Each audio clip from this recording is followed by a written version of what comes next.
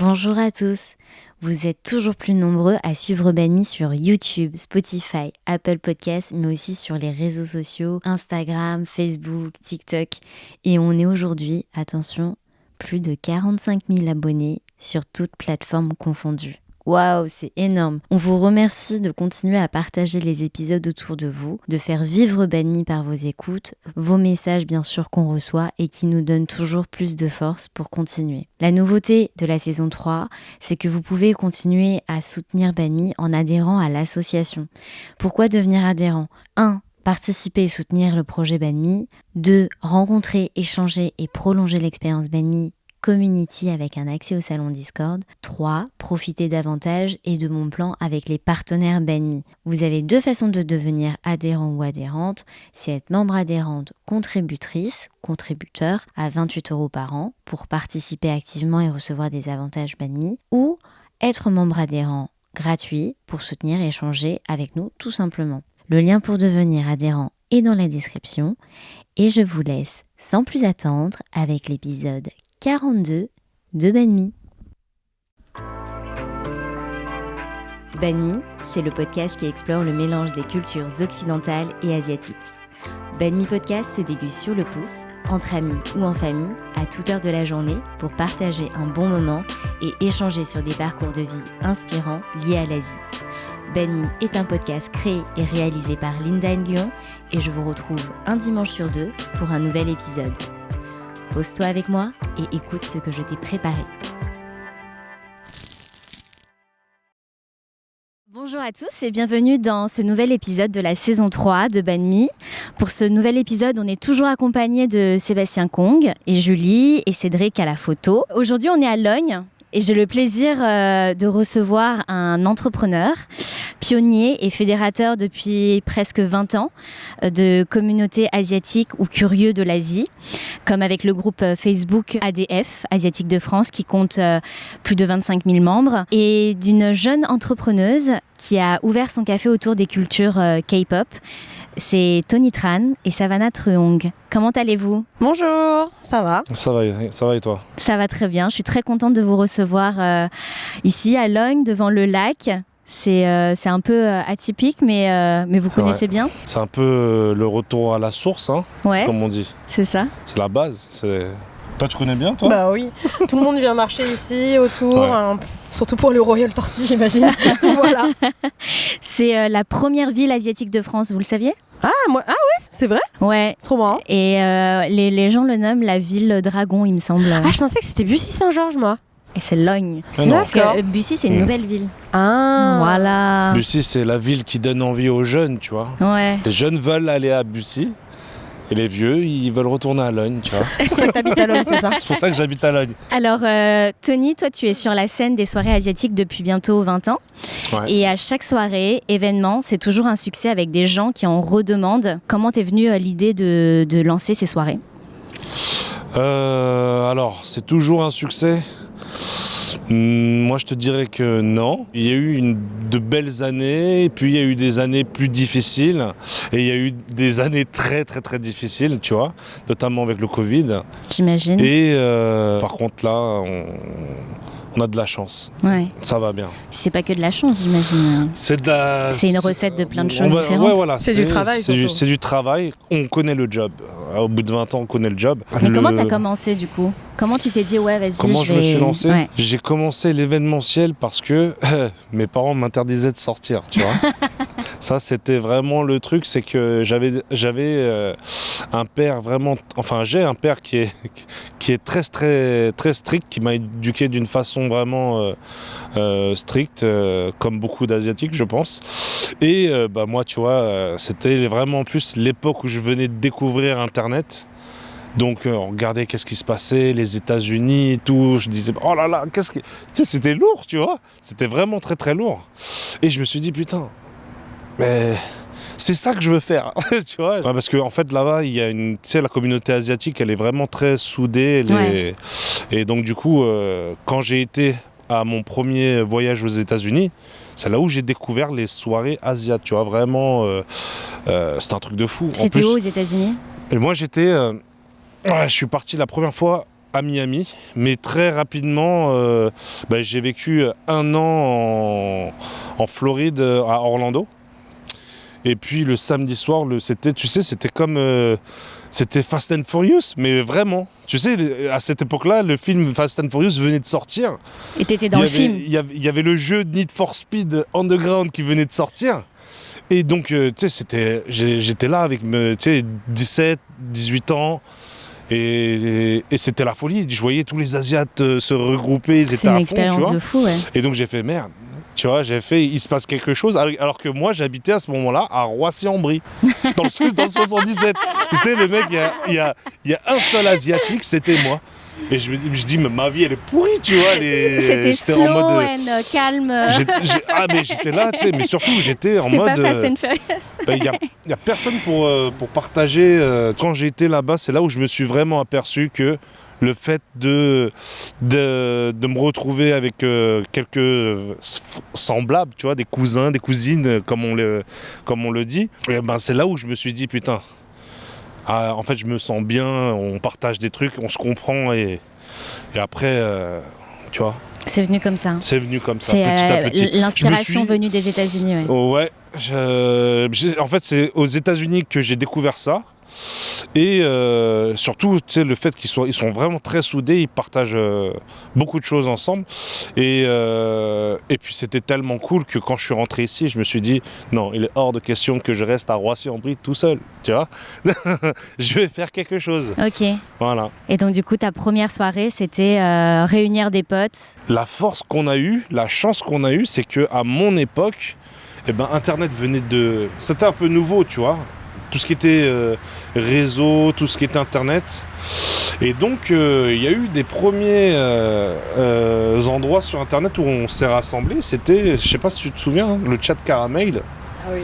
Le salon Asiat. Mes cousins, ils se sont mariés grâce à Caramel. Mais hein. non, Ouais, ils se sont rencontrés sur c'est Caramel et ça fait genre 15 ans qu'ils sont ensemble. Ok. Ils se sont rencontrés sur Caramel, Ouais. deux Incroyable. Asiates. Et t'as créé un chat Asiat sur Caramel. En tout cas, ça marchait bien. Tu vois, il y avait le salon Asiat et tout. Et je me souviens de Si ça se trouve, mes cousins, ils se sont rencontrés sur ce chat-là. Il y a moyen. Il y a grand moyen. Mais ouais, il y a plein de couples qui se sont faits sur... On te dit Caramel, mais tu sais pas c'est quoi exactement J'ai Caramel. jamais utilisé Caramel. Non, mais non, Savannah, c'est une autre génération encore. Moi, j'ai les Skyblog. Ouais. Donc t'as fait le chat Caramel et ensuite AZ & Co. Alors, en fait, non. Sur Caramel, quand j'y suis allé, ça existait déjà. Il y avait les premiers salons asiates, tu vois. D'accord. C'était les mecs, ils mettaient asiates et en plus, c'était les premiers. Ouais. C'était là où il y avait le plus de monde, tu vois. Donc, ouais. c'est normal en même Ouais, temps. ouais. Les geeks, c'était les asiates, les premiers, C'est tu vrai, vois. c'est vrai. Les premiers à avoir Internet en France, c'était les asiates, mine de rien, tu vois. On s'en rend pas compte aujourd'hui. Les jeunes ne s'en rendent pas compte, mais c'est un truc de fou en fait. Tu es chez toi et de chez toi, tu peux diffuser. Tu vois, moi je faisais du flood, copier-coller, tu vois. Tac, tac, tac, tac. Je voulais faire une publicité, tac, tac, tac, tac. Oh, ça me prenait 5 minutes et ça, personne ne le faisait, tu vois. Au niveau de l'événementiel, moi ça m'a beaucoup aidé. Et après, quand tu vois le potentiel, quand tu vois que ça peut, que tu peux gagner de l'argent grâce à ça, alors là tu te poses, tu fais calme. Comment je fais maintenant ? Réfléchissons, faisons les choses bien. Et voilà, comment je démarrais. Toi, Savannah, tu as ouvert le café Kik. K-pop is for cool kids. Kik Café, c'est le premier concept store dédié à la musique pop coréenne en Europe. Tu as ouvert ça en 2021, Oui, c'est ça ? en mai. C'est un lieu privilégié où se rassemblent les fans de K-pop et de la culture coréenne.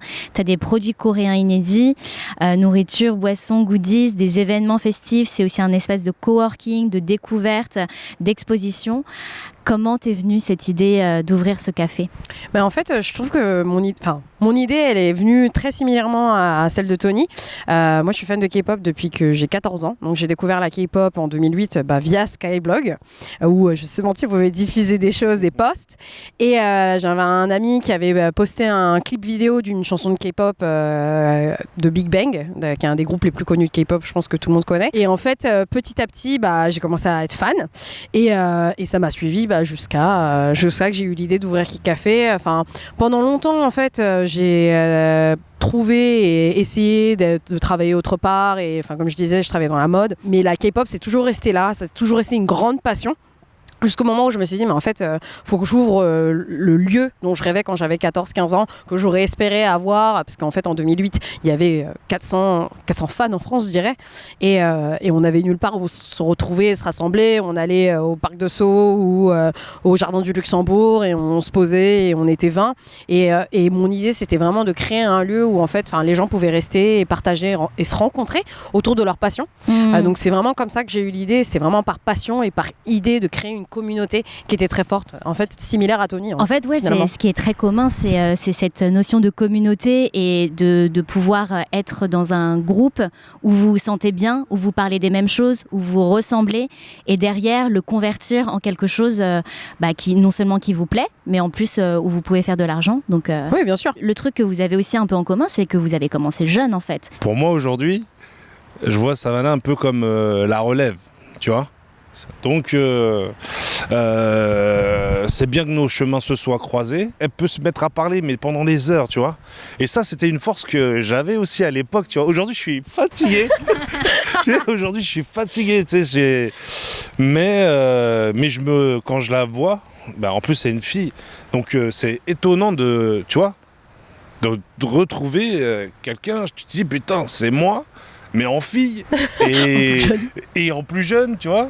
Mais par rapport à ça, en fait, j'ai été très honorée que Tony vienne me contacter déjà juste pour qu'on travaille ensemble. Toi, tu connaissais Tony avant ? Oui, mais j'avais fait des soirées à lui il y a 10 ans, mais j'en avais fait une ou deux. Mais moi, je connaissais Tony Tran, enfin, de nom en mode Mister Tony Tran, parce que tous mes cousins allaient à ses soirées. Déposée. Non, mais vraiment, tous mes cousins allaient à ses soirées. Enfin, tous mes grands cousins qui ont 37, 38, 40 ans, ils allaient tous à ses soirées, quoi. C'est pris ça.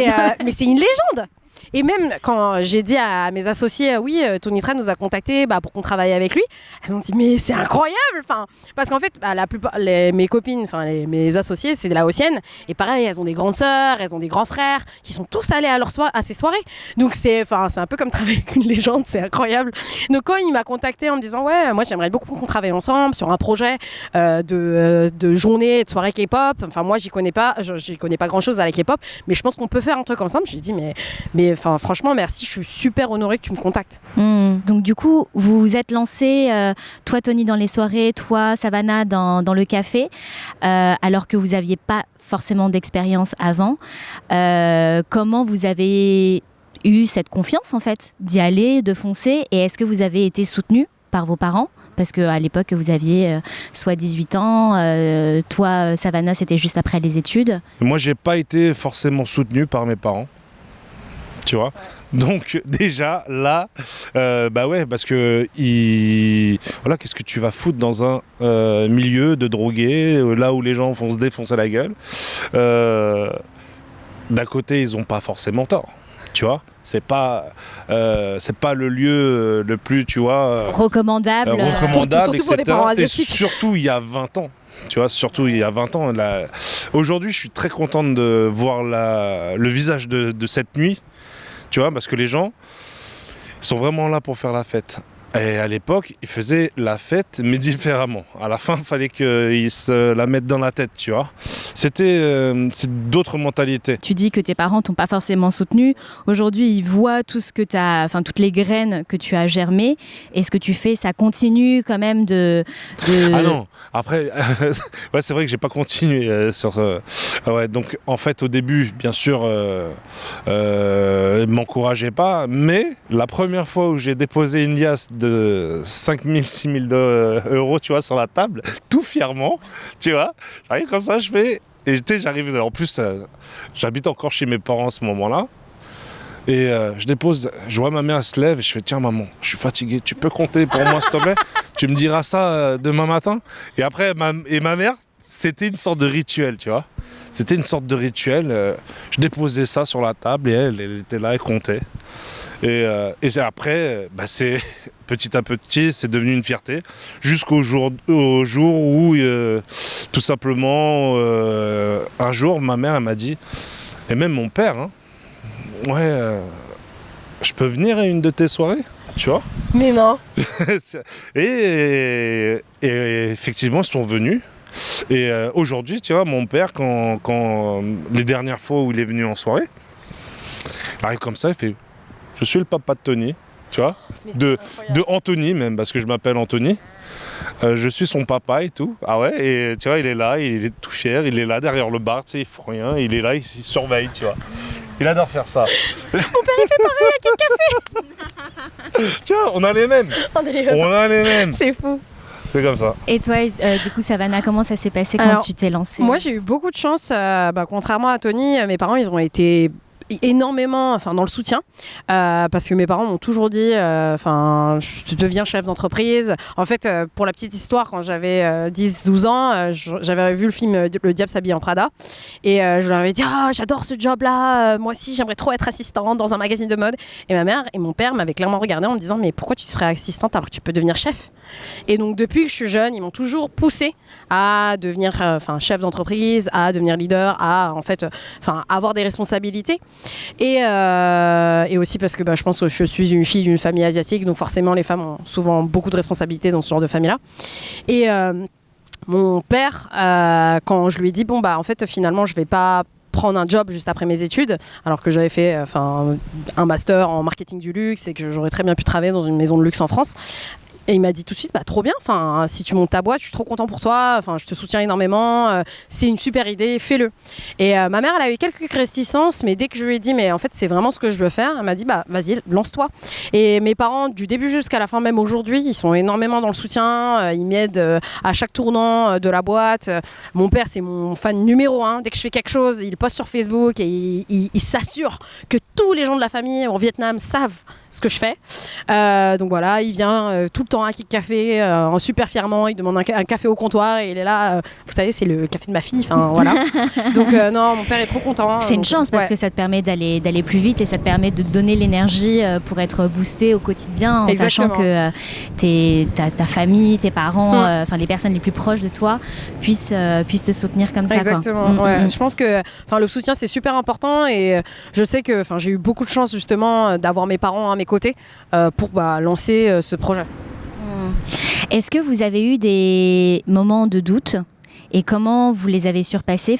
Toi, Tony, tu l'as évoqué en début d'épisode que tu as eu des moments très hauts, des moments aussi plutôt bas, que c'était pas forcément le succès tout le long de ta route. Est-ce que tu peux un peu nous en parler et comment tu surmontes en fait ça? C'est un peu les hauts et bas d'un entrepreneur, d'une entrepreneuse? Quand j'ai démarré mon activité, et c'est peut-être ça qui était génial dès le début, c'est que dès le début, rien ne pouvait m'arrêter. Tu vois, je sais pas si... Quand on est entrepreneur et qu'on veut se lancer, à partir du moment où tu as un doute, ne le fais pas. Tu vois. Par contre, si tu sens que rien ne peut t'arrêter, alors lance-toi, tu vois. Et donc moi, quand je me suis lancé, j'avais rien. J'avais pas un seul euro, rien. J'ai démarré avec que dalle. Et j'étais là, je disais, mais un jour... je vais faire une grosse soirée là-bas. Tu sais, à l'époque, c'était Studio 287, je sais pas si tu connais. C'est les gros clubs. C'est un des clubs, tu sais, de Jean-Luc Lahaye ou quelque chose comme ça. Bref, c'était. J'avais vu des photos, j'avais vu des reportages et tout. Je disais, putain, c'est génial, il faut que je fasse quelque chose. Faut que Ah, et il y a aussi quelqu'un qui m'avait inspiré aussi à l'époque, c'était, tu sais, chez Alexandre. Tu vois, tu connais Alexandre, le patron des restaurants chez Alexandre. Ouais. Et il avait une boîte de nuit, ça s'appelait le King's Club. Et il avait sa photo, tu sais, il était comme ça, comme une star de cinéma. Il y avait toujours sa photo dans ces endroits. Et il avait sa Porsche garée, tu vois, devant soit ses restos, soit son club. J'ai fait, mec, il faut que je sois comme lui. C'est tout. C'est simple, hein, c'est con, hein, mais j'avais rien du tout et il représentait tout ce que je voulais. Donc, alors, je me disais, j'ai trouvé le moyen de... J'ai peut-être trouvé le moyen, avec la communication, grâce à Internet, etc., de créer de l'argent à partir de rien. Tu vois ? Et en fait, quand j'ai découvert un peu le secret, on va dire, de ce qui m'était possible de faire, et ben là, je me suis dit, c'est mon truc, il n'y a rien qui peut m'arrêter. Et surtout, dès que je faisais quelque chose, ça marchait, il y avait du retour. Les gens avaient aussi besoin, tu sais, tu disais, hey, il y a un rassemblement, il y a un événement asiatique. Et tout le monde y allait, tu vois, parce que ça avait besoin, tu vois. Donc il y a vraiment une demande. C'est comme toi aujourd'hui, je pense, avec la K-pop. Voilà, aujourd'hui, il y a des gens, ils ont besoin de se retrouver entre fans, etc. Donc à partir du moment où tu proposes quelque chose qui pour toi te semble trop simple, eh ben ça te booste. Après, bien sûr, c'est une chance, tu sais. Retomber aussi, c'est une chance dans l'entrepreneuriat. Mais c'est une chance de le vivre mais il faut rapidement se débarrasser de ça, tu vois. Il faut, dans la carrière d'un entrepreneur, une fois que tu es retombé, parce que tu sais, j'avais eu quelques différends avec un associé, etc., qui m'avait éjecté, tu vois, Du coup, dans ce que j'avais bâti, je me retrouve du jour au lendemain à ne plus rien avoir. Juste mon engagement d'avoir loué des salles, tu vois. Donc tu te retrouves alors, plus de moyens de... Tu sais, on avait monté, donc à l'époque, c'était le site Asianco, etc. Et en fait, j'ai eu litige avec le développeur. Et donc, moi, mon axe de communication, c'était le site Asianco. Et au final, je me retrouve à avoir loué l'Élysée-Montmartre, pour te donner juste un exemple. Et t'as plus de site pour faire la communication. Donc, là, il y a un problème. Il y a un problème d'ordre financier parce que comment est-ce qu'on travaille ? Tu comprends ? Là, je fais face à une problématique. Malheureusement, je manque de temps, mais je dois réfléchir à comment je fais. Quelle est la solution ? Quelles sont les solutions ? Et donc ça m'a fait apprendre. Beaucoup de choses, tu vois. Trouver des solutions dans mon métier. Et ça, c'était la première fois. Parce que une fois que j'ai surmonté tout ça, que les choses de nouveau allaient très très bien, et progressivement, tu sais, c'était plus le même problème. C'était que le milieu de la nuit, le milieu festif que tu as connu à l'époque, ça marchait plus, tout simplement. C'était plus à la mode de sortir en boîte de nuit.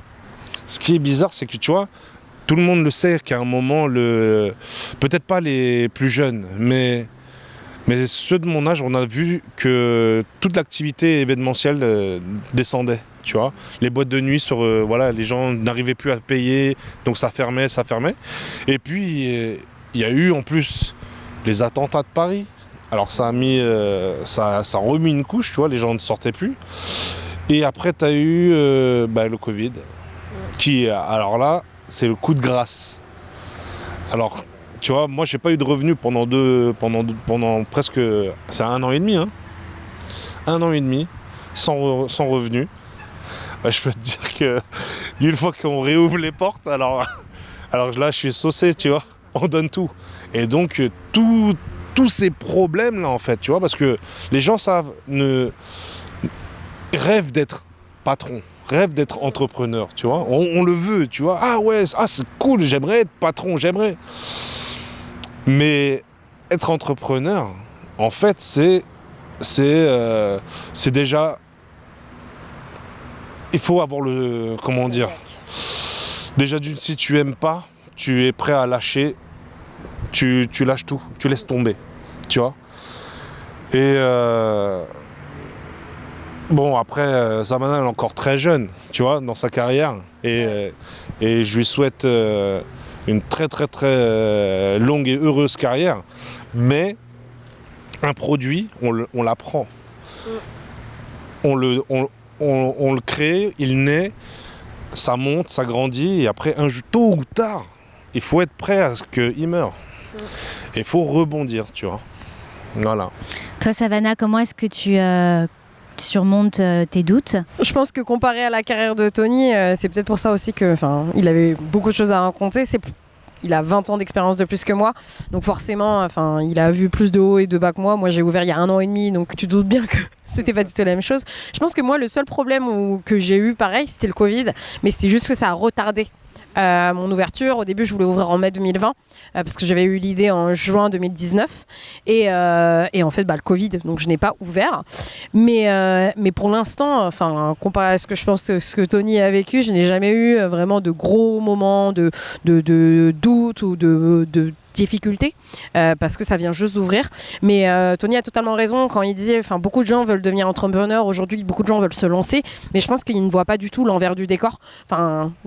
Lui comme moi, on travaille tous les jours, 7 jours sur 7, 24 heures sur 24. Moi, dès que je me réveille, le premier truc que je fais, c'est que je check mes mails ou je parle avec mon associé qui est en Corée et dès 8h du matin, et je travaille jusqu'à 22h, voire minuit, voire 1h du matin. Et c'est non-stop, en fait, quand on est chef d'entreprise. Et je pense que c'est ça les difficultés, c'est ça les doutes, c'est qu'il faut se donner à 100% tout le temps. Tout le temps. Et c'est pour ça qu'on parlait du fait d'avoir l'énergie, d'avoir l'envie, d'avoir la niaque. Il faut vraiment tout le temps avoir envie. Et je pense que les moments de doute que les gens ont, c'est quand pas juste uniquement ils doutent de leur projet, c'est plutôt aussi l'énergie qu'ils ont aussi. Il faut savoir ne pas se perdre. Et savoir se donner aussi un peu de temps. Parce que moi, je me suis rendu compte aussi pendant cette année et demie que fallait que je fasse attention à ma santé, fallait que je fasse attention aussi à avoir du temps pour moi, que je prenne aussi un peu de repos. Parce que travailler 7 jours sur 7 pendant 1 mois sans même se reposer, c'est pas une vie finalement. Donc je pense que j'ai pas eu tant de moments de doute, mais c'est plus des petites difficultés où il faut savoir s'adapter pour justement tout le temps rester au top et renouveler son produit, renouveler son offre. Tout est nouveau en fait. Le fait d'ouvrir un café, le fait de rencontrer des gens, de s'associer, comment se prémunir peut-être des risques de, tu vois, genre vu que t'es nouvelle, de pas se faire avoir, des choses comme ça. Comment Alors moi, pareil encore, je pense que c'est autant de la chance, mais aussi c'est de l'intuition. Et je pense que c'est pareil pour Tony. J'ai rencontré les bonnes personnes au bon moment. Mes associés actuellement, c'est des personnes qui sont passionnées déjà par la K-pop, qui sont fans de K-pop comme moi depuis plus de 10 ans, 14 ans, 15 ans. Et c'est des personnes qui croient vraiment au projet. Aussi pareil pour mes employés aujourd'hui. C'est des personnes qui se croient à 100% au projet, qui vivent, qui respirent la K-pop. Quand on est ensemble, on parle que de K-pop parce qu'on est fan. En fait, on est entre fans. Et je pense que j'ai eu de la chance sur le fait que la plupart des personnes que j'ai rencontrées étaient là au bon moment, au bon endroit. C'est-à-dire, par exemple, la première personne que j'ai accueillie dans le projet, c'était la directrice artistique de Kik Café, qui s'appelle Victoria. Elle m'a fait tout de suite rencontrer Mélanie, qui est notre directrice marketing. Et tout de suite, on a pu monter le projet et avoir une idée très, très, très claire de ce qu'on voulait faire avec Kik Café. Et ça m'a vachement aidé, en fait. Et je pense que ça aussi, ça a été une force par rapport à Kik Café, c'est qu'on est beaucoup. Là, actuellement, on est 8 sur le projet. Et en étant beaucoup, ça permet en fait d'avoir des idées qui vont plus rapidement et de mettre en place des choses plus rapidement. Donc je pense que la force, c'est ça, avoir une bonne équipe. Ouais. Selon vous, c'est quoi la meilleure recette pour composer son équipe? Parce que c'est avec ton équipe que tu avances, que tu fais des projets. En tant qu'entrepreneur, qu'est-ce que tu pourrais donner comme conseil? Pour moi, il faut rencontrer des personnes qui ont exactement la même vision que soi et exactement la même direction esthétique que toi, peu importe le projet. Pourquoi ? Parce que, par exemple, moi, j'ai pas tant de communication à faire que ça avec les filles, avec mes associés, parce que tout le monde sait directement où est-ce qu'on veut aller et ce qu'on veut faire, vu qu'on a la même vision des choses. Et ça m'a vachement aidé parce que tu gagnes beaucoup de temps. Tu peux perdre du temps en disant oui, alors non, en fait, j'aimerais que ce soit carré, alors que la personne, elle comprend rond. Et nous, on n'a pas tout ça. Je sais directement que peu importe ce que je dis, les filles elles comprennent ce que je veux faire et elles savent où est-ce que je veux aller et on a exactement la même vision des choses. Donc je pense que c'est dur de rencontrer des gens comme ça. Mais c'est facile aussi d'une autre manière si tu rencontres des personnes de leur poser des questions, de voir par exemple s'ils font des Pinterest boards, de voir s'ils ont la même vision des choses que toi. Et c'est important de choisir ces personnes et de les garder près de soi. Est-ce que tu as eu par exemple des erreurs de casting, de recrutement? Oui, mais pas avec mes associés, c'était plutôt avec mes employés. Ouais. Je pense que les premières personnes qui sont rentrées dans l'entreprise, moi je savais pas du tout où est-ce que je voulais aller avec Kik Café. Donc t'as aussi ça, c'est aussi de ma faute, je pense. Mais c'est un apprentissage. Voilà, exactement. T'apprends et après, aujourd'hui, là, ça fait 1 an et demi et je suis trop contente de l'équipe que j'ai et parce que justement, j'ai pu apprendre durant l'année. Mais ça, c'était autant pour les employés que pour les stagiaires, par exemple. Des fois, tu t'engages des stagiaires et t'es là, mais bien sûr. pourquoi j'ai fait ça, quoi. Oui, bien sûr. Ouais. Quelles sont les valeurs justement de Kik Café, de ton mindset d'entreprise en fait, de ta culture d'entreprise? On a 3 valeurs très fortes. C'est le bonheur, la communauté et la K-pop.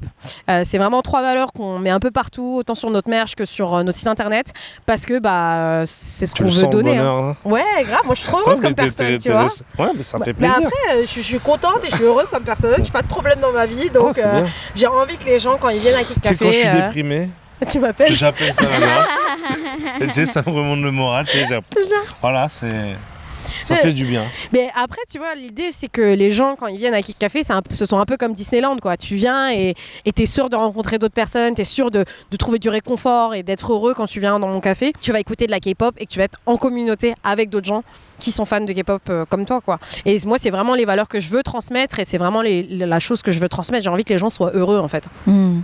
Et toi, Tony, alors, c'est quoi la bonne recette pour avoir les collaborateurs qui te suivent? Moi, c'est un peu spécial quand même, hein. L'événementiel de ce que j'ai proposé, en fait, moi, j'avais plutôt une vision, tu vois. Il faut essayer de créer quelque chose de différent. Et à partir du moment où c'est différent ce que tu proposes, alors j'essaie de me dessiner une sorte d'objectif, tu vois. Et après, c'est au niveau des gens avec qui travaillent autour de moi. Il faut que je leur explique, tu vois. Et il faut qu'ils essaient de me comprendre. Et c'est compliqué de travailler de cette façon-là. C'est usant, en fait, pour les gens.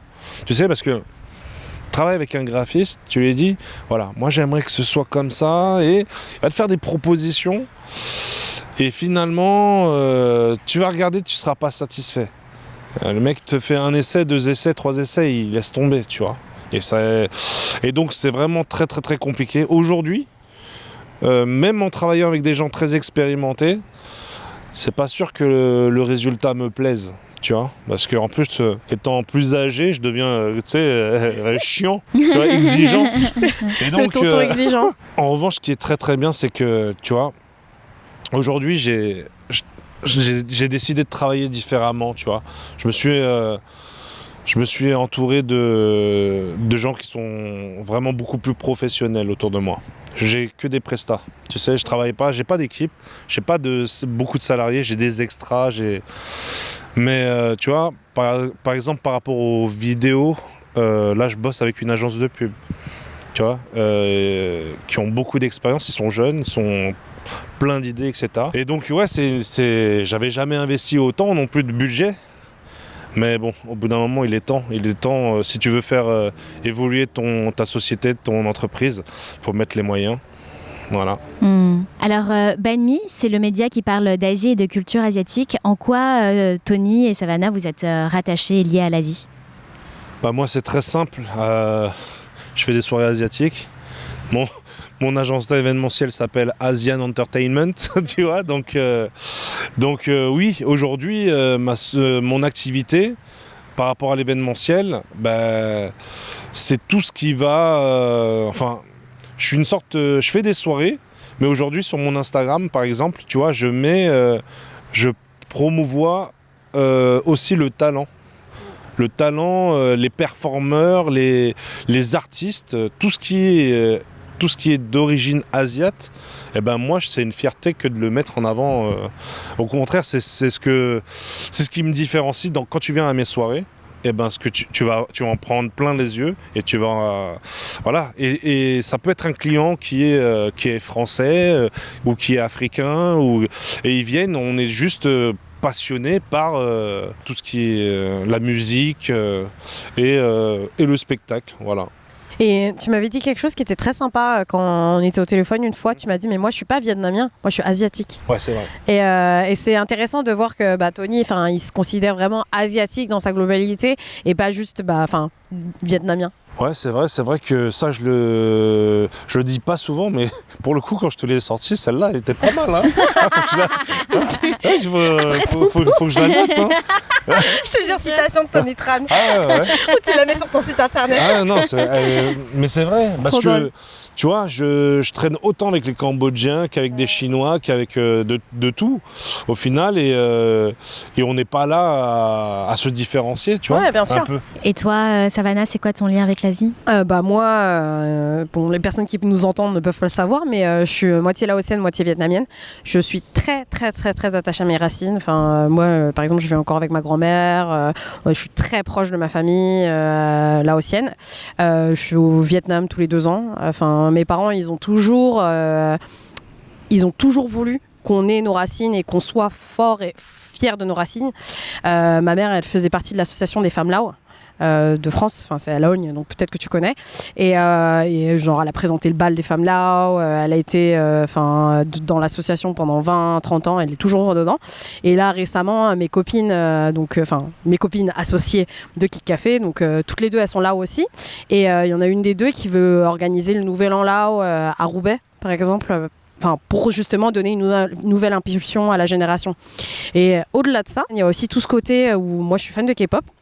Et j'avais participé, je pense que tu connais, au projet Asiatitude, qui est l'exposition en fait, qui voulait promouvoir la femme asiatique dans sa globalité, et, dans sa totalité. Ouais, Asidentité, exactement. Et en fait, on avait fait une interview et elle m'avait demandé justement comment moi je m'étais vue en tant que femme asiatique en grandissant en France. Je pense qu'il y a une grande différence parce qu'il y avait un gap un peu générationnel où moi je suis née en 94 et je suis un peu de la 3e génération parce que mes parents sont arrivés quand ils avaient 10 ans. Donc forcément, mes parents ils se sont identifiés plus français que asiatique, même s'ils parlent vietnamien et laotien couramment. Et moi, j'ai jamais eu ce problème culturel en me disant est-ce que je suis asiatique, est-ce que je suis française. Je suis française, mais je suis d'origine vietnamienne et laotienne. Et la marrant, K-pop. ça. Ouais, c'est marrant. Non, mais tu sais pourquoi c'est marrant? Parce que il fallait que je la sorte là, parce qu'au moment où j'entends, moi j'ai grandi, tu vois, comme ça, et je réponds à mes parents en français, mais j'étais petit, tu vois, et il me dit, hey, tu crois que toi t'es quoi, toi? Tu crois que t'es un Français? Regarde-toi dans la glace déjà. Ah ouais? Ça c'était. Ils t'ont dit ça? Je te jure, ils m'ont dit ça. Ça c'est ouf. C'est une autre génération. C'est une autre génération, hein, vraiment.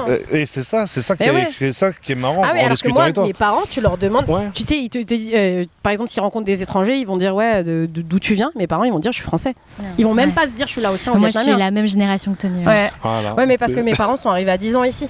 Donc il n'y a pas du tout pour eux, ils ont grandi ici, tu vois. Mais je pense que tu demandes à ma tante, la plus grande sœur de ma mère qui est arrivée quand elle avait 23 ans, elle est laotienne, tu vois. Parce qu'elle a grandi en tant que laotienne, elle a fait des études au Laos, elle est arrivée en France quand elle était plus âgée, tu vois. Et t'as vraiment ce gap générationnel où moi, non, je suis française et laotienne. Et ce que je voulais dire, c'était surtout que la K-pop m'a énormément aidée. Parce que quand je parlais avec d'autres femmes qui étaient à ce photoshoot, elles me disaient justement qu'elles n'avaient pas eu trop de représentation à la télé ou dans les médias de femmes asiatiques. Mais moi, comme j'ai grandi en regardant que des trucs de K-pop, pour moi, la beauté, c'est la beauté asiatique. Ouais, toi, t'avais tes produits culturels, ton contenu culturel, où t'avais déjà des asiatiques, alors que Tony et moi, on n'a pas grandi dans ce truc-là. Ouais. Exactement. Et moi, vraiment, j'ai commencé à consommer de la K-pop quand j'avais 14 ans. Donc c'était vraiment au moment où tu te fais une idée de quelle femme tu vas être, tu as la puberté, tu as tous ces moments-là en fin de compte qui sont assez charnières dans ton expérience et dans ton identité. Et j'ai vraiment grandi en regardant que de la K-pop. Donc pour moi, la vision de la femme asiatique, c'est la K-pop, tu vois ce que je veux dire?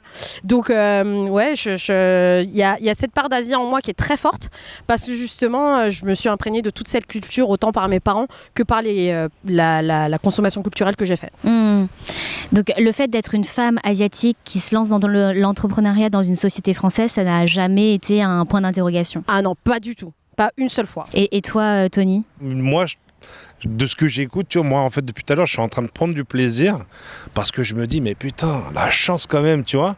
Ouais. On n'a vraiment pas grandi dans le... Ouais, c'est plus rapide, en fait. Après, je suis plus jeune aussi. C'est plus rapide.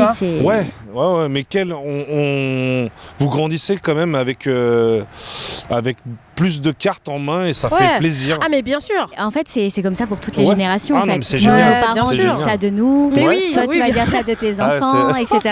On est en train de vieillir. Mais tes enfants comme mes parents. Tes enfants, tu vois, ils vont jamais se poser la question est-ce que je suis français ou est-ce que je suis asiatique. Eux, c'est normal, quoi. Bah ouais, c'est Tu ça. sais, Bien sûr. mes enfants, aujourd'hui, ils sont dans une école dans le 59, dans le Nord, tu vois. T'en as eu un à la maternelle et l'autre en primaire. Et donc, ils sont les seuls Asiates, tu vois, les seuls Asiatiques de l'école. Mhm. Et donc, moi, tu sais, j'arrive comme ça, je parle comme mes parents. Il y en a un, il t'a fait tching-tchong, tu vois. Est-ce Ouais. qu'il te l'a fait, tu vois? Quoi? Non, mais oui, non. Qu'est-ce que tu me racontes, papa, là? Je comprends pas.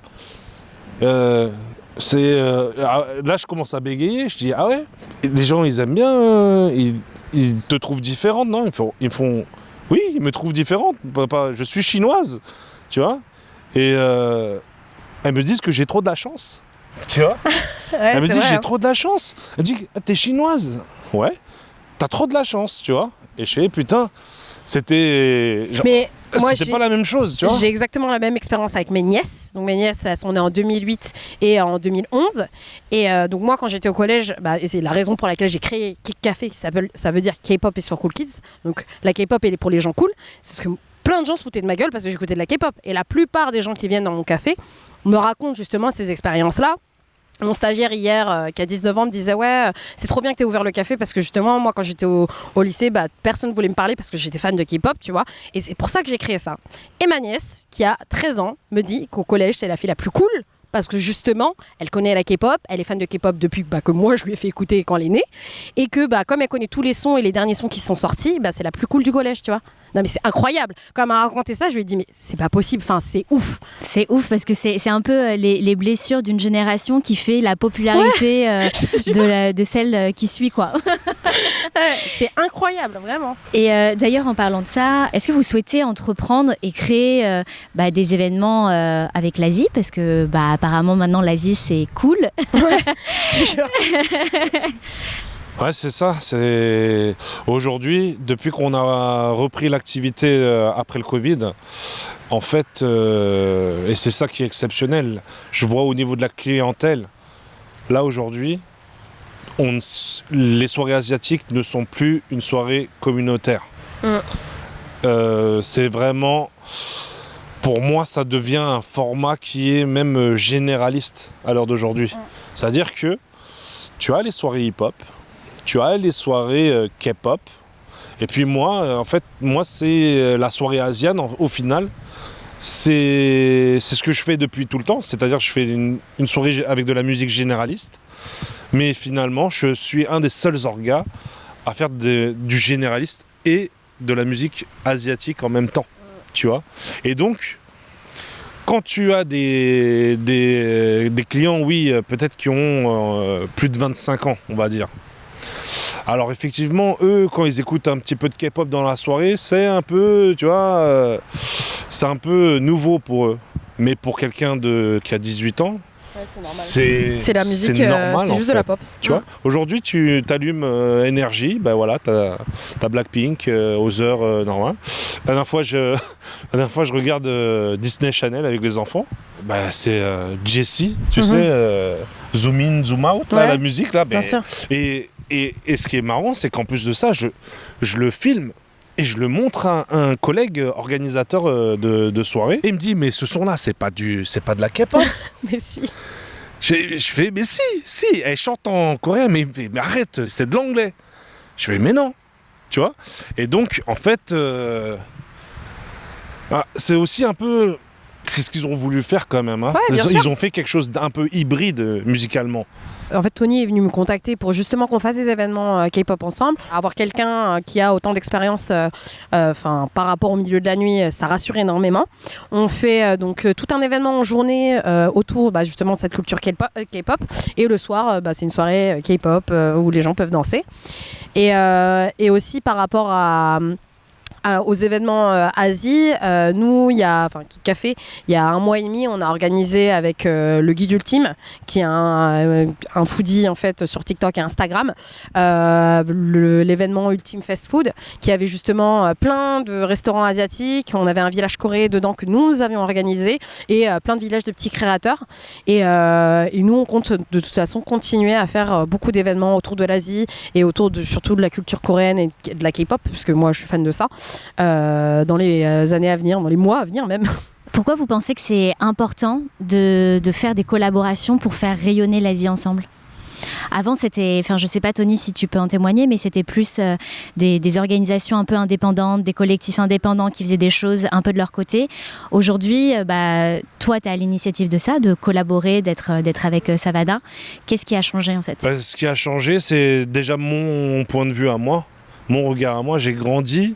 C'est vrai que j'ai grandi sur une génération où entre orgas, on se faisait beaucoup la guerre. Et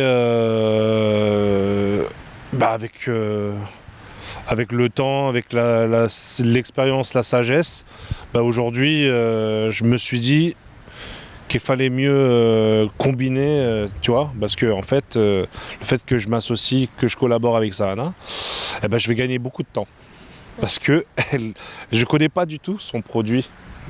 Et je lui ai dit aussi, la première fois que je l'ai rencontré, que je vais te faire gagner aussi beaucoup de temps. Ouais, et c'est vrai en fait. Et moi j'étais impressionnée parce que comme je te disais, moi je connaissais Tony Tran en mode Mister Tony Tran, tu vois. Et quand on a parlé pour la première fois ensemble, c'était impressionnant de voir que Tony avait autant d'humilité pour se dire en fait moi j'y connais rien et je vais travailler avec toi. Parce que beaucoup de gens aurait pu au contraire se dire moi j'y connais rien mais vas-y je vais faire une soirée de K-pop même si j'y connais rien, parce que les gens pensent que c'est que de la musique alors qu'il y a toute une culture, une sous-culture derrière qui est hyper spécifique, avec des canaux de communication hyper spécifiques, avec une clientèle très spécifique et beaucoup de gens essayent de s'approprier des sous-cultures sans rien y connaître, hein. On le voit bien avec plein de marques qui font de l'appropriation culturelle ou qui se trompent dans leur discours de communication, et je trouve que Tony a eu beaucoup d'humilité et d'intelligence pour se dire vas-y en fait moi j'y connais rien à la K-pop, j'ai envie de lancer un truc de K-pop, j'ai travaillé avec quelqu'un qui s'y connaît. Ouais. C'est très intéressant et effectivement il y a beaucoup plus d'impact quand tu t'associes avec des gens qui s'y connaissent dans leur domaine pour pouvoir faire des choses. Et je voulais revenir sur un truc, oui, tu parlais d'appropriation culturelle, Savannah. T'as le premier concept store qui parle de culture coréenne. Est-ce qu'on t'a mis face à ça en mode genre attends non mais toi t'es pas coréenne? Ouais, t'es pas coréenne, pourquoi tu fais ça? Non, justement parce que je suis fan de musique. En fait, déjà moi, le premier truc que je dis tout le temps quand on me pose la question t'es coréenne, je dis tout le temps non. Moi je suis laotienne vietnamienne, je suis super fière d'être laotienne vietnamienne. Ça sent même la manière dont je suis et dont je parle. Je ne me suis jamais dit que j'étais coréenne. Même quand je me présente, je dis tout souvent je suis française. Avant d'être laotienne, ce que je disais, avant d'être laotienne, avant d'être vietnamienne, avant d'être quoi que ce soit, je suis française en fait. Donc pour moi, je suis française et j'ai juste lancé un concept store sur un truc dont j'étais fan, qui est la K-pop.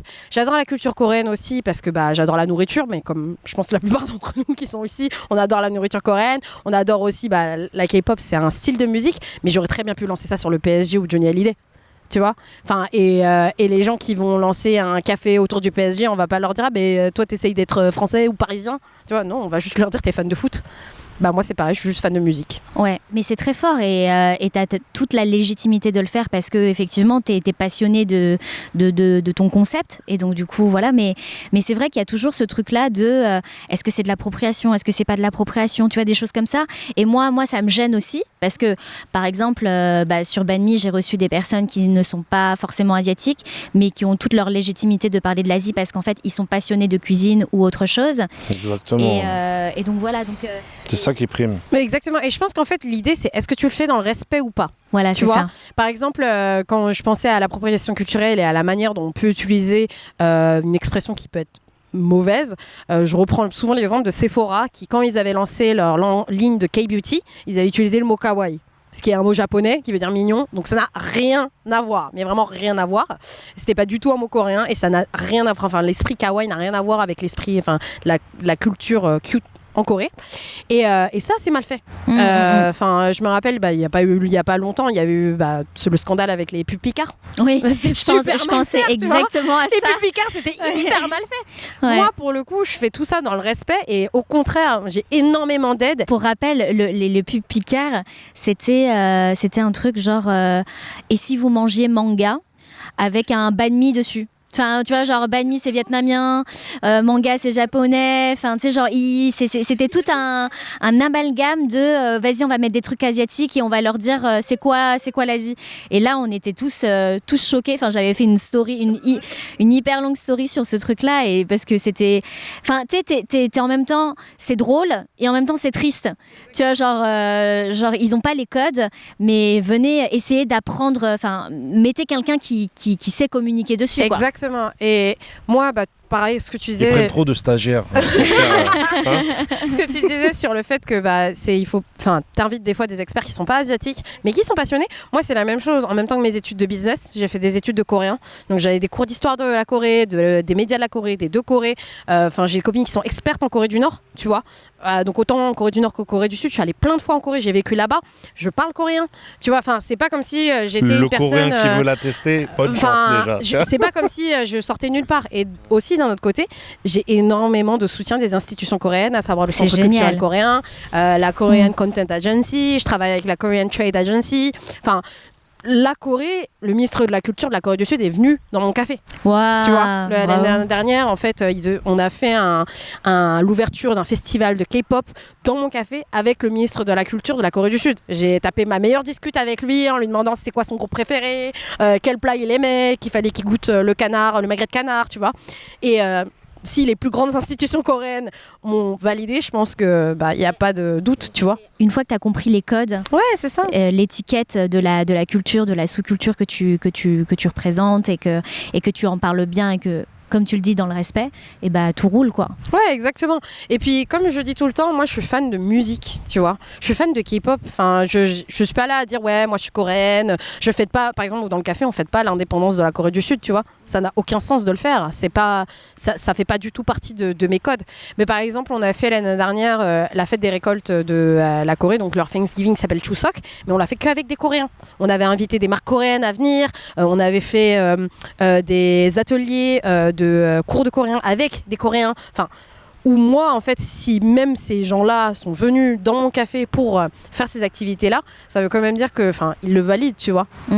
Donc du coup, tu parlais que tu as vécu en Corée, tu es aussi très proche de tes racines. Toi, Tony, tu vas souvent aussi au Vietnam.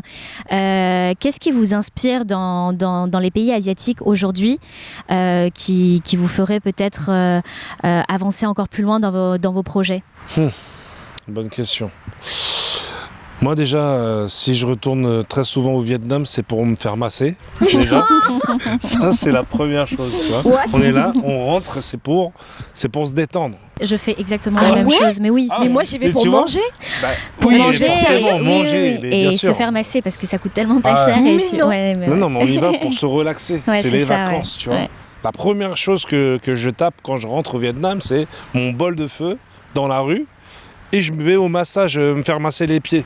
Tu vois, une fois que tout ça est fait, là, tu vois, on commence à se promener. Après, moi, au Vietnam, j'y allais. J'ai eu la chance d'y aller à partir de l'adolescence, pratiquement tous les ans. Wow, trop bien. J'ai vu quelque chose qui était quand même bizarre, parce que je ne reconnaissais plus la même ville chaque été. Ah ouais, non mais le Vietnam, laisse tomber. Ça va tellement vite. C'est incroyable. Vraiment. Mais moi, je m'en rendais pas compte. Pour moi, c'était normal. Tu vois, c'est le Vietnam. C'était déjà, j'y suis allé. J'avais 5 ans. Tu sais, ça sortait de la guerre. Tu sais, on sortait d'une guerre. Je voyais des gens blessés de guerre. Tu sais, j'avais 5 ans. Donc, j'ai vu des trucs traumatisants. J'ai vu des morts dans les rues. Tu sais, vraiment des cadavres, etc. Je les ai vus. J'ai senti des trucs horribles au Vietnam. Et à partir de l'adolescence, donc 13-14 ans, là, c'était un peuple qui vivait pour profiter de la vie. Tu vois, une croissance économique folle, tu vois. Et le Vietnam, en plus de ça, culturellement, c'est beaucoup, et je me rendais pas compte de ça. Elle s'est toujours inspirée de la Corée. Ouais. Tu vois. Et moi, j'étais là, je disais, mais vous êtes fous, c'est au States que ça se passe. Écoutez du hip-hop, écoutez ça. Et eux, ils ne comprenaient pas. Tu vois, ils n'étaient pas dans le même délire. Mais le Vietnam, c'est aussi beaucoup d'étrangers qui étaient un peu partout dans le monde et qui, au bout d'un moment, sont aussi rentrés et qui ont apporté beaucoup de choses au pays. Et donc, avec l'âge, etc., donc là, maintenant, j'ai commencé à comprendre. Ah ouais, donc ça s'est passé comme ça. Donc aujourd'hui, je vois l'acheminement. Et aujourd'hui, surtout, économiquement, c'est dingue. Mais parce que j'y pensais pas. Je sais pas si tu connais Nha Trang, tu vois. Ouais, bien sûr. Mais aujourd'hui, moi, je me souviens d'aller à Nha Trang. Ça ne ressemblait à rien. C'est une station balnéaire. C'est une station balnéaire qui, aujourd'hui, elle n'a rien à envier à la plage de Miami Beach, tu vois. C'est encore plus joli que Miami Beach. C'est vrai, et puis t'as plein de plages privées, et t'as Vinpearl. C'est dingue. Avant, ils enviaient beaucoup de choses, tu sais, à l'Europe, à Paris. Tu sais, Paris, c'est comment, ils ont une idée. Et aujourd'hui, c'est moi, je les envie, tu vois. Ouais, absolument. Ouais. Et je leur dis, en fait, mais t'as rien à envier, reste là où tu es. C'est génial là où vous êtes. Mais ça, je pense que c'est un peu notre vision des choses. Moi, pareil que toi, j'ai grandi pas autant en y allant autant, mais la première fois que je suis allée au Vietnam, j'avais 7 ans.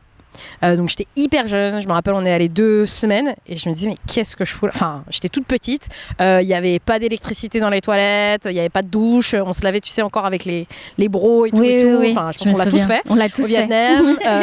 Moi je viens du sud aussi, mais de 5 heures de on habite vraiment dans le sud à 5 heures de Saigon, dans une ville qui s'appelle Long Xuân, qui est une ville portuaire. Enfin c'est un peu la taille, à l'époque c'était la taille de Noisy-le-Grand genre, et donc une grande ville mais pas trop.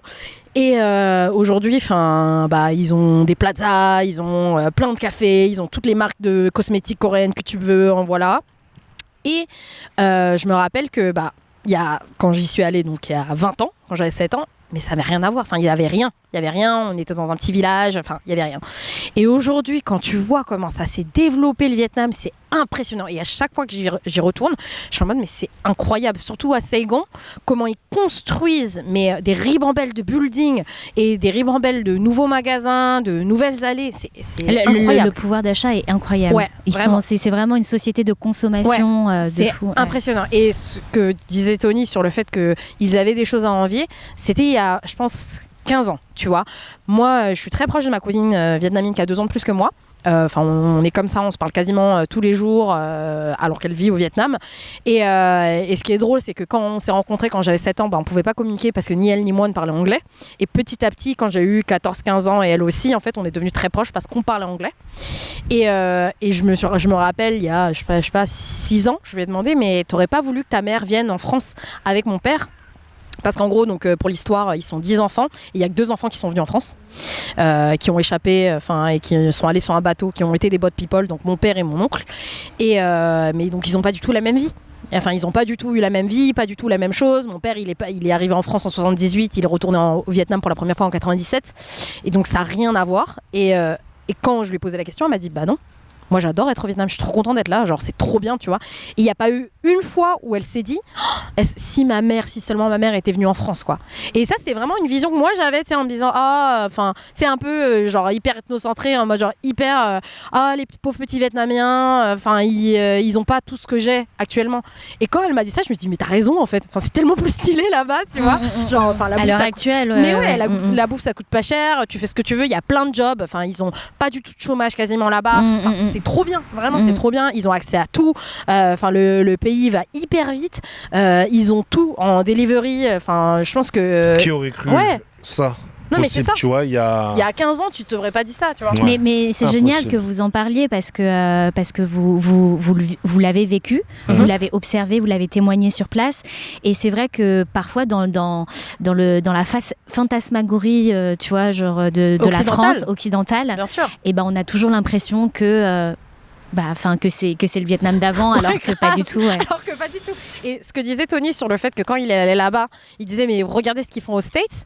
Moi, tout de suite, les premières fois que j'ai voyagé au Vietnam toute seule, c'était en 2010 et 2010-2013, j'y suis allée toute seule en fait pendant un mois. Et dès 2010, je me suis rendu compte que tout était coréen, tu vois. Genre que les télés étaient coréennes, que les cars étaient coréens, que les frigos, toutes les, tu sais, ce qu'on appelle appliances, enfin l'électroménager, étaient coréens. Et qu'en fait, et j'avais fait tout un tour de l'Asie. J'étais allée au Cambodge, en Thaïlande, au Vietnam et en Chine. Il y avait plein de trucs coréens. Au Vietnam, ils passaient que de la K-pop. Ils passaient pas de musique américaine. Ils passaient que de la K-pop. Et je me suis tout de suite dit, mais en fait, ils ont déjà intégré, en fait, la Corée est déjà devenue la puissance culturelle qu'étaient les États-Unis dans les années 90 en Occident. Mais en Asie, quoi. Ils ont complètement inondé l'Asie, en fait. Et c'est marrant parce que nous, on remarque, je pense que je parle pas de moi, mais pour le coup, nous, les Français, on remarque ça maintenant en 2020. Mais en Asie, la K-pop, ça existe depuis 2006, tu vois. Pour eux. Ils regardent des dramas depuis 2006, ils regardent de la K-pop depuis 2006. Moi, la première fois que j'ai écouté de la K-pop de ma vie, c'était au Vietnam. Je me rappelle, ils avaient des cassettes de Big Bang. Et je savais pas que c'était Big Bang à l'époque, tu vois. Et ils les passaient à la télé au Vietnam, tu vois. Quand il y avait que des cassettes à l'époque. Est-ce que vous aimeriez faire des choses, des projets en lien avec les pays de vos origines ? Ouais, j'aimerais bien faire des trucs. Maintenant quoi ? Alors, parce que. T'as déjà fait des soirées, des événements à Ho Chi Tu Minh ? sais, et c'est ça qui est marrant. C'est que quand j'ai démarré à 20 ans, j'ai dit, mais putain, je peux apporter tellement de choses à ce pays qui est le Vietnam. Aujourd'hui, c'est eux qui peuvent t'apporter quelque chose. Aujourd'hui, si j'y vais, c'est eux qui vont m'inspirer, tu vois. Bien sûr. Et c'est moi, c'est ce que je fais en fait. C'est aujourd'hui, je vais produire des artistes. Je les produis sur scène. En France, c'est inimaginable. Tu vois, inimaginable. Quand j'ai démarré à 19 ans, j'étais là, je fais putain. Papa, présente-moi, tu sais, parce que les darons là-bas, ils disent toujours qu'ils connaissent quelqu'un, tu vois. C'est beaucoup de relations. En fait, je pense. T'es pareil que moi. C'est Tony Tran en fille. Elle est incroyable, Aujourd'hui, ça a changé. Donc, pour répondre à ta question, moi, j'aimerais bien, travailler, faire des échanges, tu sais. Travailler vraiment comme ça, en mode échange. Mais, vas-y, à l'heure d'aujourd'hui, je suis plus dans un objectif de comment ce que je fais pour collaborer avec des jeunes, moi me mettre un peu plus en retrait, tu vois, profiter un peu plus de la vie. De tes enfants. De mes enfants. Et voilà.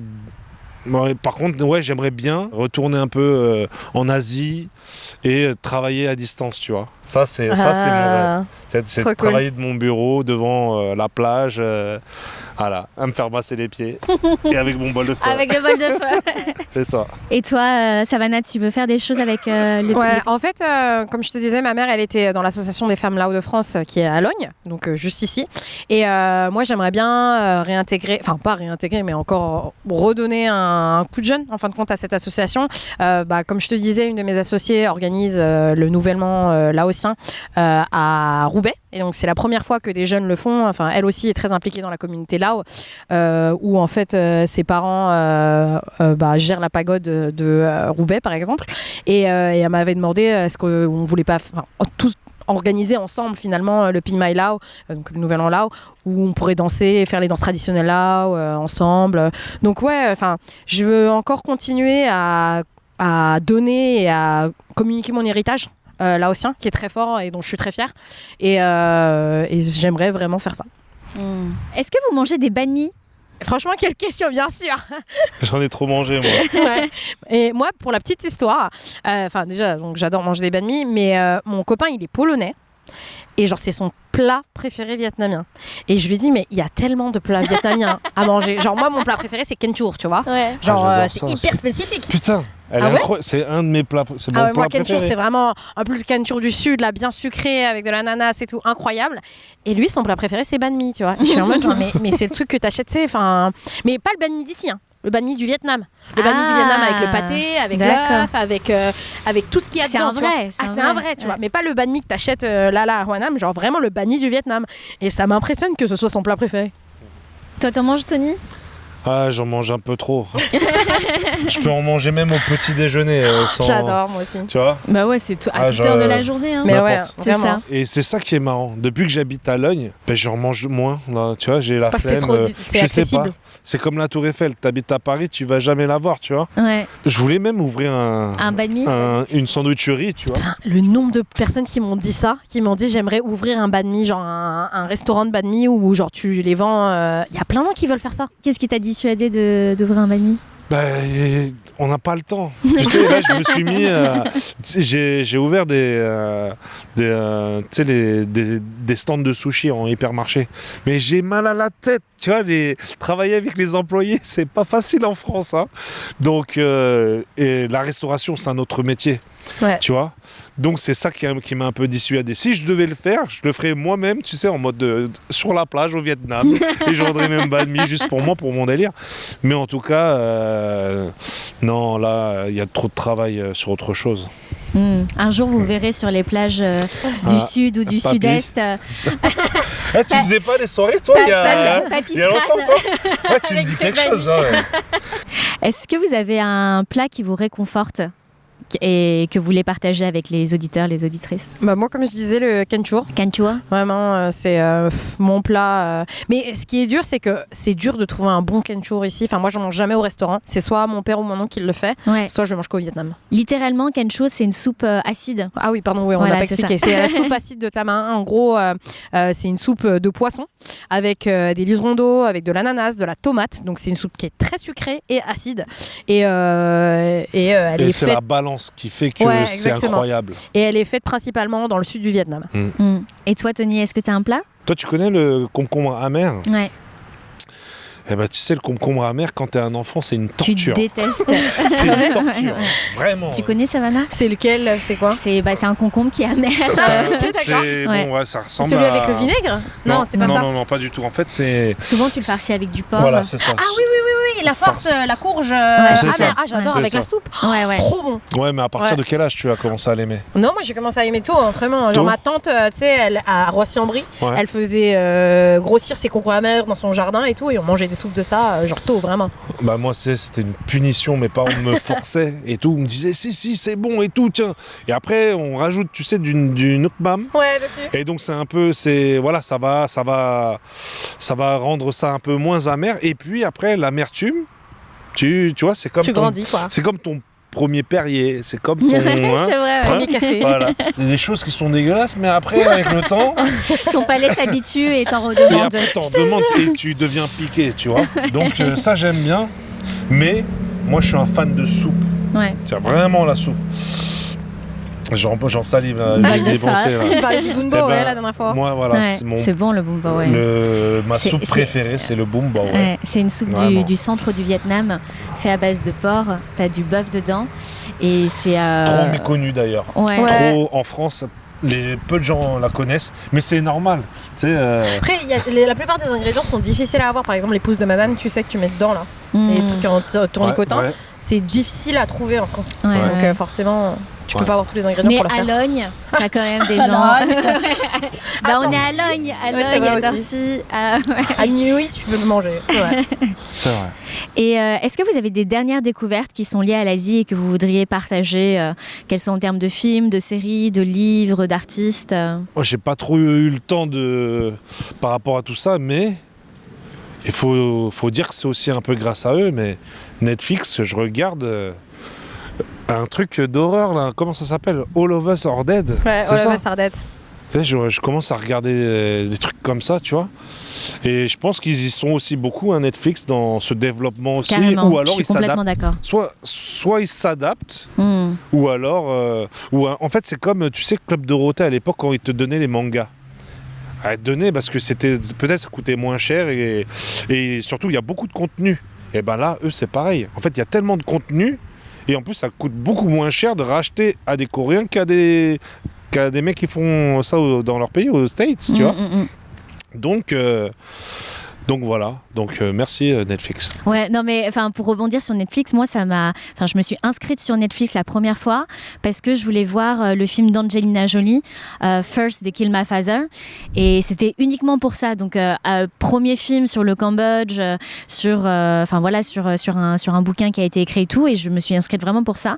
Et après tout a suivi avec des humoristes de la diaspora asiatique aux États-Unis, comme Ronnie Cheng, Aziz Ansari, etc. Puis même des séries, des films et tout. Ouais, Master of None. Master of None. Là, il y a Mes premières fois, Never Have Ever, qui est trop bien, avec une actrice d'origine indienne. Enfin, mais j'ai trouvé ça hallucinant. Et toi, enfin, on en parlait tout à l'heure, mais il y a un gap générationnel où toi, Savannah, t'as grandi avec ça.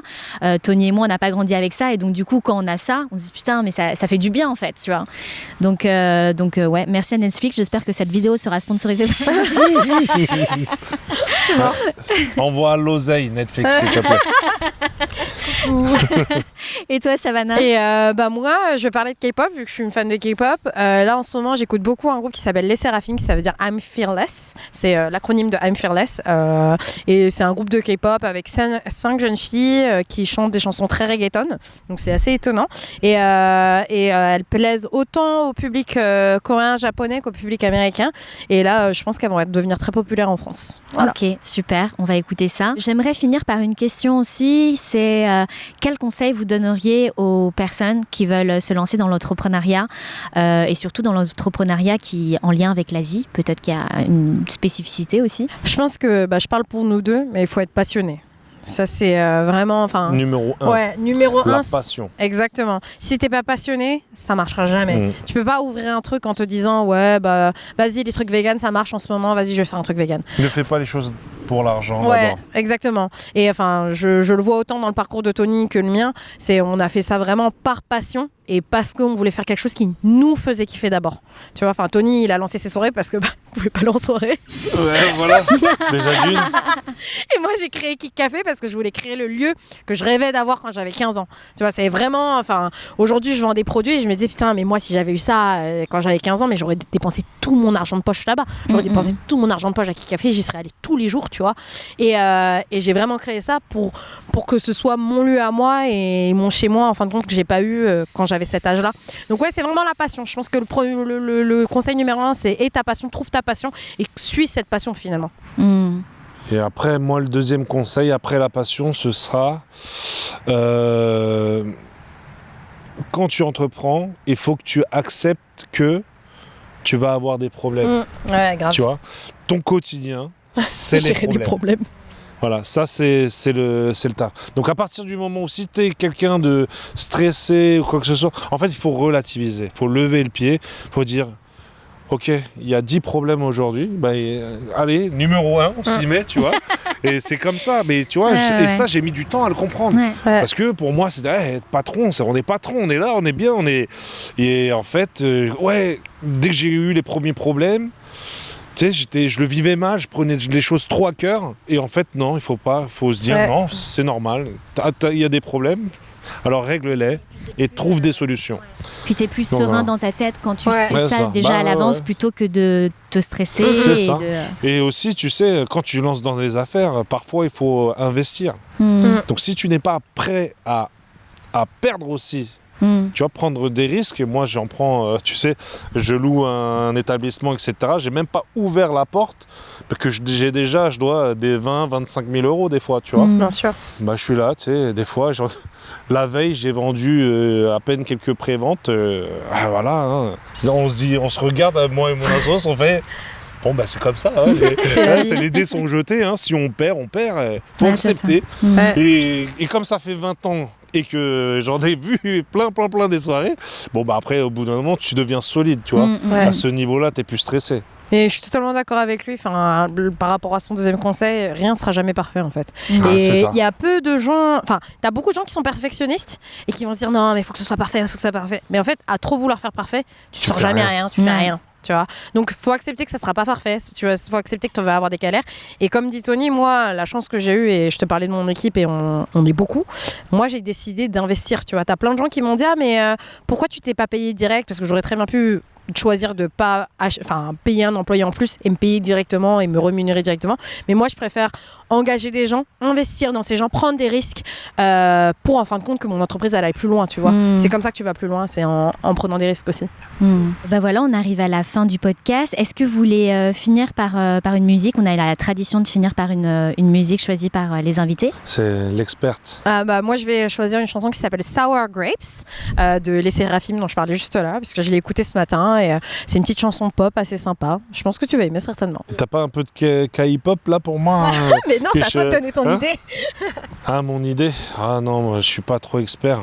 Mais j'aime bien. Ah bah tiens, il est venu à ma dernière soirée. Alors je pense à lui. C'est Dog2. Ouais, Dog2. Le manager me disait, ouais, c'est un peu le Booba du. Ouais, c'est vrai. C'est lui qui a lancé la plupart des rappeurs coréens actuellement. Donc Dog2. C'est lourd. Le booba coréen aux soirées de Tony Tran. Ouais. On a hâte des prochaines. C'est la fin du podcast. Je suis vraiment très très contente de vous avoir reçu, Tony Tran. Merci à toi. Mister Tony Tran, comme Savannah a bien voulu t'appeler tout le long de l'épisode. C'est vrai que voilà, t'es quelqu'un dans la communauté. T'as réuni beaucoup de gens autour de ce que tu as construit, autour de ta. Beaucoup de gens se sont mariés grâce à mes soirées. Exactement. Ça, c'est sûr. Aux soirées et grâce au forum aussi de discussion et tout ça. Aussi, ouais. Et vous pouvez aussi retrouver le groupe de Tony Tran sur Asiatique de France sur Facebook. Et maintenant, plutôt sur Instagram aujourd'hui. Sur Instagram. Les vieux, aujourd'hui, on est jeunes. Sur asianhype.fr. Asianhype. Et Savannah, bravo pour tout ton parcours aussi qui ne fait que commencer. C'est que le début avec Kick Café. Et vraiment, c'est très, très inspirant d'avoir vos histoires et de pouvoir se dire que on peut se lancer si on a la passion, si on travaille. Et donc, du coup, on vous souhaite encore une très longue carrière devant vous. Donc, merci à toi de nous avoir reçus en tout cas pour aujourd'hui et merci pour ce magnifique paysage dont on a pu profiter pendant tout le long de cette interview. Merci. Merci. J'espère que vous avez aimé cet épisode avec Tony et Savannah, un épisode pour suivre le parcours inspirant de deux entrepreneurs qui s'inspirent de leur passion, de leur double culture pour créer le métier qui les font vibrer. Pour soutenir le média et pour continuer à le faire vivre, partagez, commentez sur YouTube, mettez des étoiles sur Spotify, Apple Podcasts, Deezer ou sur vos plateformes de podcasts préférées. Vous pouvez rejoindre la Banmi Community en adhérant à l'association pour 1. Participer et soutenir le projet Banmi, 2. Rencontrer, échanger, prolonger l'expérience avec Banmi Community avec un accès au salon Discord, 3. Profiter davantage et de bons plans avec les partenaires Banmi. Le lien pour devenir adhérent ou adhérente et contribuer à l'association est dans la description. À très bientôt pour les prochains épisodes de la saison 3 de Banmi.